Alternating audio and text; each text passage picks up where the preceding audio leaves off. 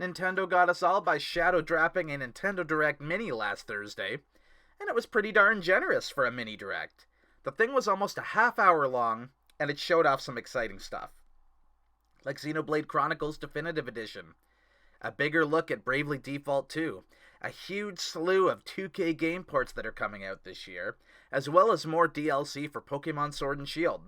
Literally, this mini direct was just uploaded to their YouTube channel on Thursday morning, with no announcement. They didn't even do a live stream of this thing. It was just uploaded to the Nintendo YouTube channel with absolutely no notification of it beforehand.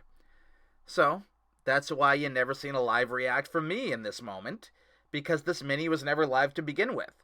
And I didn't even know it happened until like 2 hours after it had been uploaded. But I did watch it, and I enjoyed it for being the first real presentation we've gotten from Nintendo since September of last year. And there is one major announcement that we're going to be discussing in this here video.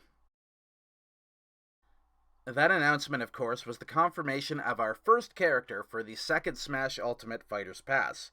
And we only know the series the character is from, rather than who the character specifically is. It was announced that our sixth Fighters Pass character will be from ARMS. Yes, the little fighting game that could, which came out shortly after the Switch launched. So we're starting this pass off the same way that the first pass ended, that being the inclusion of a character that is first party and owned by Nintendo. But even more eyebrow-raising than that is the fact that ARMS already has some non-playable representation in Ultimate already. Perhaps the face of ARMS itself, Springman, who is an assist trophy already, which usually spells doom for said character. And if that also wasn't enough against him, he's also been used as a template for a Mii costume, and is a spirit as well.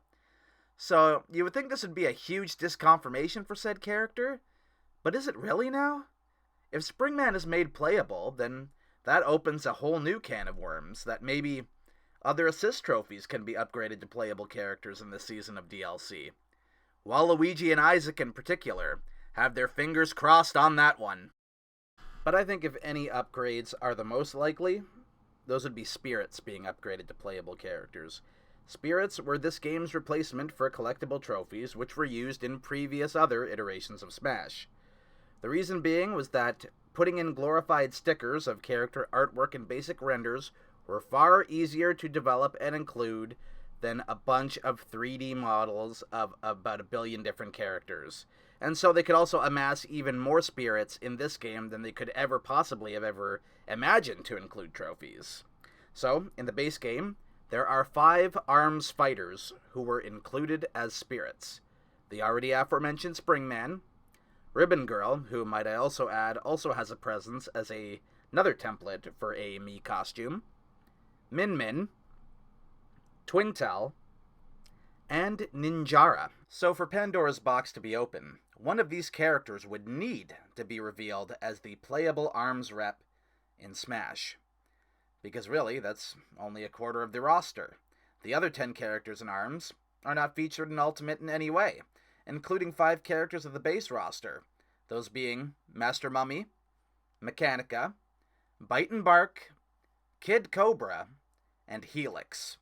If any of those 5 characters are revealed as the ARMS fighter, then Pandora remains unopened, as well as if it's any of the ARMS DLC characters, of which there were 5 in total, those being Max Brass, Lollipop, Missango, Springtron, and Dr. Coil. So what I'm getting at here is if any of those 15 characters end up being the playable ARMS Smash character, then this rule of NPCs being disconfirmation remains true for now. But what's interesting is the ones chosen as spirits are fairly popular ARMS combatants. Though I don't see Springman being upgraded due to everything that already exists for him in the game already, mainly the whole being an assist trophy thing. I can see Min Min and Ribbon Girl being upgraded. Min Min seems like a big fan favorite from the game, and Nintendo themselves seem to like to push Ribbon Girl as the other face of the franchise, and more importantly, the female face of ARMS. So let's dig further into the big reason why I think Min Min and Ribbon Girl are very likely. It's the fact that they're both popular female characters. We have yet to have a character in the DLC cycle that's female entirely. We have Kazooie with Banjo, but that doesn't really count for much of anything. And Byleth does have female alts, but the default skin is once again the male one, like Corrin before them. So the inclusion of Min Min, Ribbon Girl, or any of the other female ARMS fighters would effectively add some female representation to the DLC of Super Smash Bros. Ultimate. So there are 4 other female fighters in ARMS. Mechanica, Twintel, also a previously mentioned Spirit, may I add again, Lollipop, and Dr. Coil. From what I've researched, Mechanica is quite a popular Japanese character choice, and has the whole being in a mech gimmick with her extendable arms, so she could very well be a dark horse. Twintel has popularity as well, but in the direct they mentioned that the fighter's arms extend. I may be looking too much into this, as every character's arms do extend, but in Twintel's case, it's actually her hair that extends and attacks, rather than her arms. So is that a shot against her? I'm not really sure. Lollipop and Dr. Coil are DLC characters, so they're newer, and I'm not sure if they want to use a base roster choice for the spot. But at this point, I'm thinking that that's more and more likely. So, another base roster fighter from ARMS that I think is very likely is Helix. He's like a wacky DNA structured looking glob that can shrink and stretch at will, so he shapeshifts with attacks, and he can even splash opponents with a blinding attack that's like Inkling's Ink, but it's still, kind of different. And he's just a character I could see Sakurai loving to develop for Smash. And he's not included in Ultimate as an NPC, so if he becomes playable, the Pandora's box I mentioned remains sealed tight. I've heard a few other fan theories that I think are less likely, such as the character being brand new from ARMS 2, which, to my knowledge, hasn't ever been hinted at nor appears to be in Nintendo's plans. They advertised the original ARMS roster for a reason.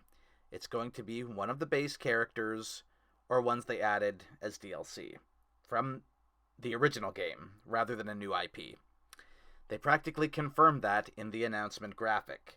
And the other is that they will come up with a moveset that represent ARMS well enough, but the character will have multiple skins like Bowser Jr. and Hero. But every ARMS fighter has their own unique way to attack with their arms, and their special own identities would become lost if a more generic moveset is made to represent ARMS as a franchise, rather than create a moveset that represents a specific ARMS fighter. And I think Sakurai will want to represent this franchise with a fighter that's fully fleshed out and stays true to their previous iteration. Now back to the point of this video. I think there's a great chance the ARMS character ends up being female. In particular, Min Min or Ribbon Girl. Keep in mind, in ARMS, all the characters have alternate color skins, so they can easily be translated from the actual ARMS games to Smash Brothers fairly easily, I think. And I think the Ramen and Dragon-armed gal, or the Ribbon Singer with a quadruple jump, may be what we can come to expect in June, and would effectively announce to the entire Smash community that if you are a spirit in the game already, you can always be upgraded during this assumed final season of DLC. And if that happens, do more characters get upgraded from Spirit to status that's fully playable? Characters who are first party, such as Bandana D and Professor Egad, to even third party choices like Rayman and Shantae. It opens up many more doors that a lot of us fans had theorized might have been closed for good. But this ARMS character could dictate a new path for our second Fighter's Pass, or maybe no upgrades could happen at all. So ultimately, only time will tell, provided nothing gets delayed due to the ongoing crisis in the world. Now we begin the cheapest of plugs. Yes, ladies and gentlemen, it is that time of the video again. As you can see by the lovely graphic in front of you, there is a list of all of my social media and gaming presences. So please add and follow me on those platforms to stay as up to date as you can with all of my content going forward. And for those of you who are new to the channel and enjoyed what you've seen and heard, please click on that lovely little subscribe button, and thank you all so very much for watching.